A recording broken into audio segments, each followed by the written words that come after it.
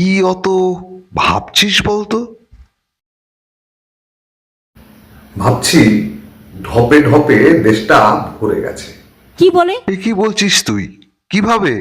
কিভাবে? তুই দেখ, সবাই বলে দুধ খেলে নাকি বুদ্ধির বিকাশ হয়। ঠিকই তো বলে। ঠিকই বলে? তাহলে বিড়াল তো রোজ দুধ খায়, ওর বুদ্ধির কেন বিকাশ হচ্ছে না? তারপরে সবাই বলে হাঁটলে নাকি শরীরের ওজন কমে। ঠিকই তো বলে। আচ্ছা, তাহলে হাতি তো রোজ হেঁটেই বেড়ায়, ওর শরীরের ওজনটা কেন কমছে না?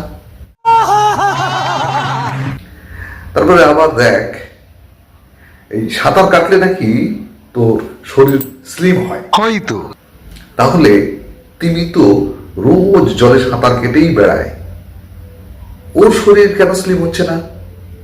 এগুলো ভুল নয়?